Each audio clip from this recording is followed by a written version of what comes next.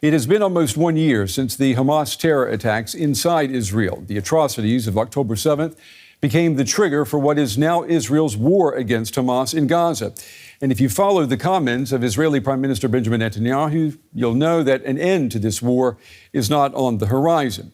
Now, this could be fatal for the hostages who were taken by Hamas during the attacks into Gaza. Their families fear that this nightmare now has three main actors working against a happy reunion: time, Hamas, and the government of Benjamin Netanyahu. We have more now in this report. Last week, fury and sorrow in Tel Aviv on news that 6 more hostage bodies were recovered from Gaza. They'd been shot dead after surviving for 11 months.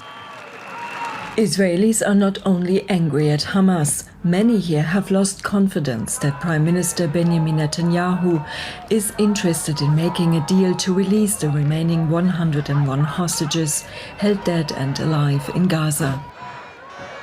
Hamas, the terrorists, we can't do nothing about them. So I think we need to stop the war. We need to do a deal with them, and I think that we need to give them anything they want, because if residents in Israel, if they are suffering and they taking hostages, as a government, you need to save them no matter what you need to give them back. It's a horror show. We need them to come back home. We need this man to go away and let us revive our country. But the Prime Minister's religious far-right coalition seems stable. That's despite these continuing mass protests and despite the drop in his personal popularity since October. There's no impact on the government, not yet. So maybe if these 500,000 people go to Jerusalem and sit there for 3 days, maybe. But right now, there is no one that challenges him. And our opposition is not unified. Netanyahu insists that only military pressure can make Hamas release the hostages. But critics say his sudden insistence that Israeli troops remain on the border area between Gaza and Egypt, the Philadelphia corridor, makes an agreement even less likely. Now the world will seriously demand that Israel make concessions after this massacre? What message does this send to Hamas? I'll tell you what the message is. Murder more hostages, you'll get more concessions. That's not only illogical, it's not only immoral, it's downright insane. So it's not going to happen. Shimon Or belongs to a small group of relations of hostages and soldiers killed in Gaza who say any concessions would endanger Israel in the future. His nephew Avinatan Or was taken hostage from the Nova Music Festival on October 7.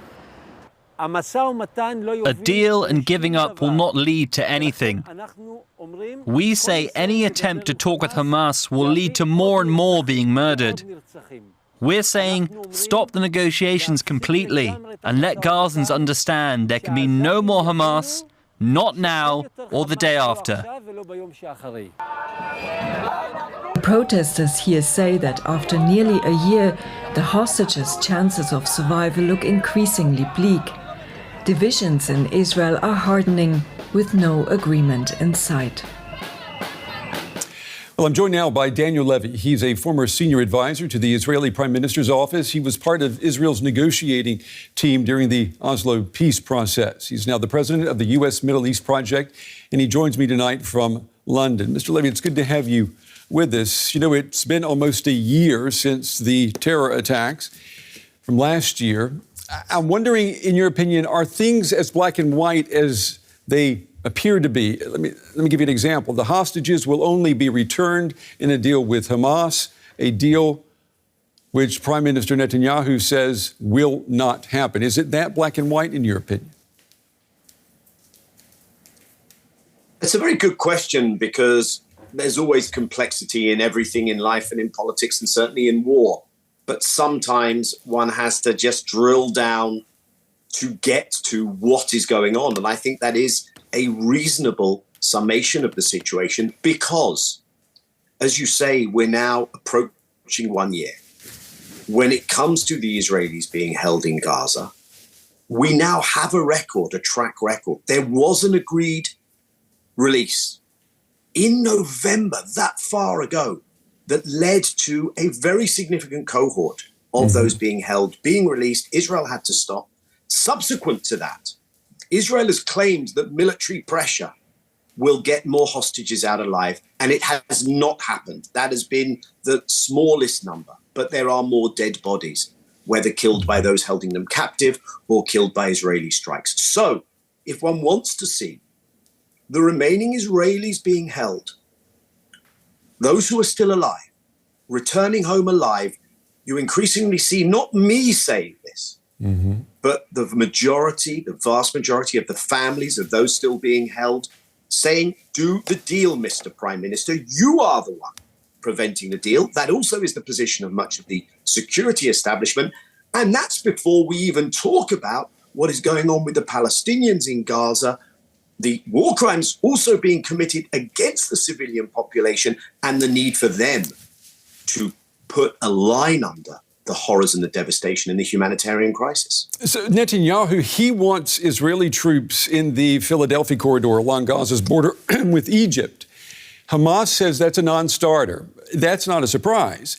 How much of this is about Israel not trusting Egypt to secure its own border with Gaza? I mean, Netanyahu would tell you that if we leave things as they have been, you're just going to have Hamas, returning to its practice of smuggling in more weapons, which will then be used to carry out future terror attacks.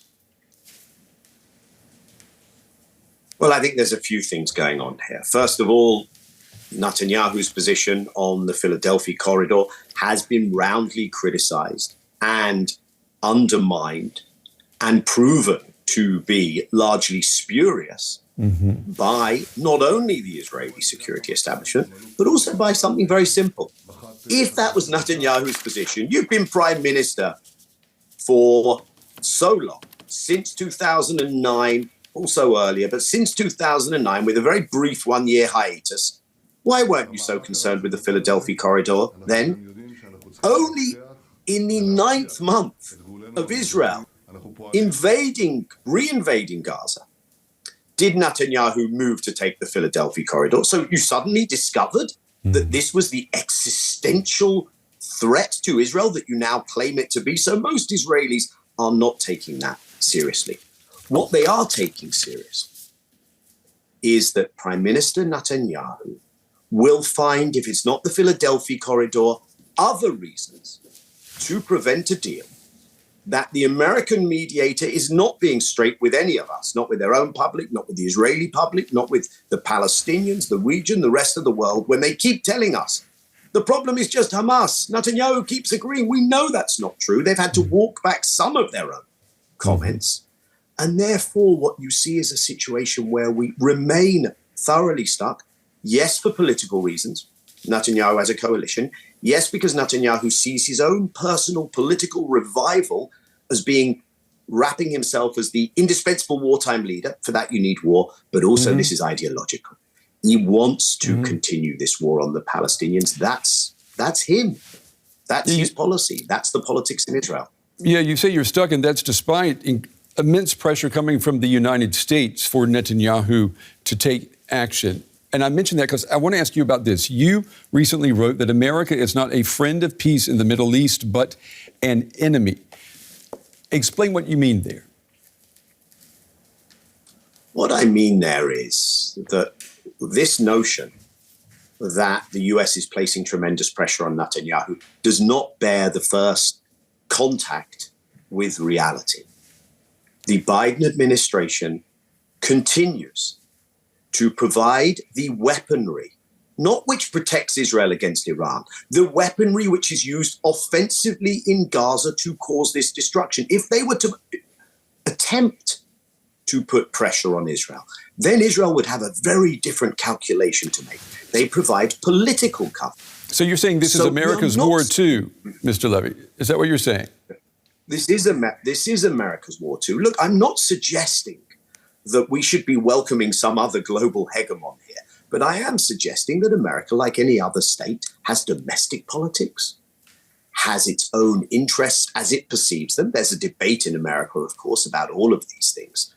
But the Biden administration has chosen to take an approach which is antithetical to securing a short-term ceasefire and to securing a long-term peace, because they are aligning with a party that is in violation of international law and in violation of anything that could align with achieving peace. And that doesn't help us. It's fine. The US can be on Israel's side, but we need a counterbalance to that, not only so that the Middle East can be restabilized and Palestinians can live again, but I would argue it doesn't help Israel. You are not being a friend to Israel when you encourage the extremism of Smotrich, of Ben-Gvir, and indeed of much of Netanyahu's Likud party. I'm sure that if you were to ask President Biden, who says he's an Irish-American Zionist, that he would say that he's not helping or pushing the far right's agenda in Israel. But I'm wondering, though, what would you say to the two people who want to be the next president of the United States, Kamala Harris and Donald Trump? Is there one who would be better or more suited for Israel moving forward? One has to look at the structural factors. So if you watch the debate the other night, they were scrambling to establish their pro-Israel bona fides. That's how they view the way in which American politics plays out. But, and the but here matters, with important differences, because Kamala Harris is the nominee for a Democrat party, the majority of whose voters do not align with that policy. And she has a problem on this issue. So inside the Democrat Party, there are significant cohorts of voters and of elected officials who are saying this is not good politics, not for America, not for our international standing, not for our reputation, not for being taken seriously as a country of law and order, of international law, and it's not good for peace in the Middle East. So you have that debate inside the Democrat Party. I think President Biden is something of an outlier by being so far to the right on this. President Trump has a very different Republican Party. Again, let's take the personalities of the two out of this. President Trump has a Republican Party for whom the most important constituency on this issue is evangelical dispensationalist Christians who are more Zionist than most Israeli Zionists and who believe, actually in many ways quite an anti-Semitic way, that the Jews should all collect there. Then the Jews can be converted or can die in the second coming, which isn't a vision I'm too excited about. So I think the structural politics of the respective parties matters here, but the bigger picture is we shouldn't wait for America to solve this. Israelis are going to have to change their approach if they want a better future. Palestinians are going to need a leadership that can challenge things strategically, and we should be looking to other actors to help balance out the problem of America. By the way, that used to some degree to be Europe. And America and Europe could not entirely balance each other out, but could be useful. There could be a division of labor. Unfortunately, today, we don't have that Europe either. But we have to look elsewhere. There's a shifting geopolitics. There's a shifting global south. And countries like South Africa have stepped up in the international court system. Well, Mr. Levy, unfortunately, we're out of time, but this is a fascinating discussion. Please come back and talk with us again, because I'm sure we could fill an entire show with this topic with you. Daniel Levy, thank you very much. Thank you so much. Well, I'm joined now by Harel Chorev, the senior researcher with the Moshe Dayan Center for Middle Eastern Studies at Tel Aviv University. It's good to have you with us. Some of the protesters that we just heard from in our report accused Prime Minister Netanyahu of placing his government's political survival ahead of the lives of the hostages. Is that what's happening? Well, it is a controversial issue, I must say. On the one hand, the Prime Minister has a point regarding the Philadelphia corridor. On the other hand, some, including myself, think that Israel can forgo the corridor for a while in order to execute the first phase, at least, or a first stage of hostages release. The issue, unfortunately, lies at the end of the day with Hamas and with Sinwar's strategy, which are much, much more complicated than the situation on the Israeli side. Unfortunately, these demonstrations are reflecting a lot of not just stress but also frustration regarding our ability to bring about such a hostages deal. But unfortunately, I'm not sure it's all up to our prime minister. Well, what is stopping Netanyahu from reaching a hostage deal? And when we talk about this corridor, does he want Israeli troops to be present because he doesn't trust or doesn't want to trust the Egyptians to guarantee the integrity of their border with Gaza? This is part of the picture, I think, although I think he's very cautious with the Egyptians. But, you know, some would say these are political motivations. Others, including myself, think that it's misjudgment of the situation, the security situation that we're standing. We need to understand the IDF already destroyed the Rafah brigade, and therefore the IDF enjoy full operational freedom of action, not only in Rafah, by the way, but all over the Gaza Strip. This allows us, the Israelis, to withdraw from Gaza, knowing that we will be back there to finish the job with Hamas. I think when Netanyahu takes it as we must stay on Philadelphia, you know, it's a legitimate point of negotiations. But at the end of the day, I think the hostages are much more important. And if it allows the release of them, I'm not sure. We need to take it. What do you say to the tens of thousands of hundreds of thousands of protesters we've seen in Israel in the last week or so who are claiming that we are at an impasse because Netanyahu needs this impasse to keep power? Well, yes, there is an argument like that. You know, I'm an academic researcher. I try to clean all the political consideration, which are always part of the picture, I must say. But, you know, it is so crucial, so important, so painful, this whole thing, that we need to be very cautious when we attribute or addressing such a misjudgment based on the political motivations, the alleged political motivations of Netanyahu, and not to other serious consideration. You know, we are talking about a lot about Netanyahu, but what about Hamas? This is usually where I look to as a Palestinian expert. And the way I see it, this is really the last resort or the last leverage that Hamas can use.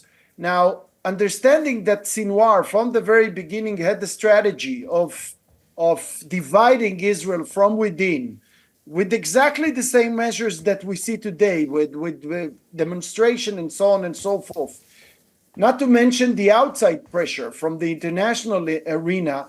You know, so yes, he lost a lot, Sinwar, but still he sees that this strategy basically might save him. Not save him personally, but save his strategy.